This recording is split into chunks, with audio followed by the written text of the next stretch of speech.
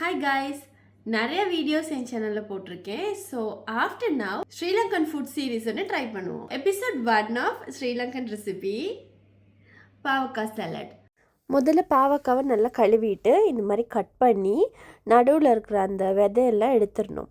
அதெல்லாம் எடுத்துட்டு பாவக்காவை சின்ன சின்ன ஸ்லைஸாக கட் பண்ணி அதையும் மறுபடியும் சின்ன சின்னதாக இந்த மாதிரி கட் பண்ணி எடுத்துடணும். இந்த கட் பண்ண பாவக்காவை கொதிக்கிற தண்ணியில் சேர்த்து ஒரு ஸ்பூன் உப்பு சேர்த்து அப்படியே மூடி ஒரு 10 நிமிஷம் விட்டுறணும். அந்த கசப்பெல்லாம் தண்ணியில் இறங்கிரும்.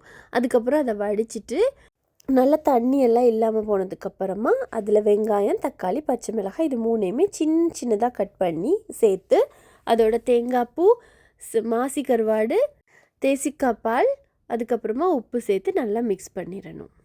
டேஸ்ட் பண்ணி பார்த்துட்டு தேசிக்காய் பால் தேவைன்னா கொஞ்சமாக ஊற்றிக்கலாம். This is what I made. கசப்பே இல்லை, கண்டிப்பாக ட்ரை பண்ணி பாருங்கள். See you next video.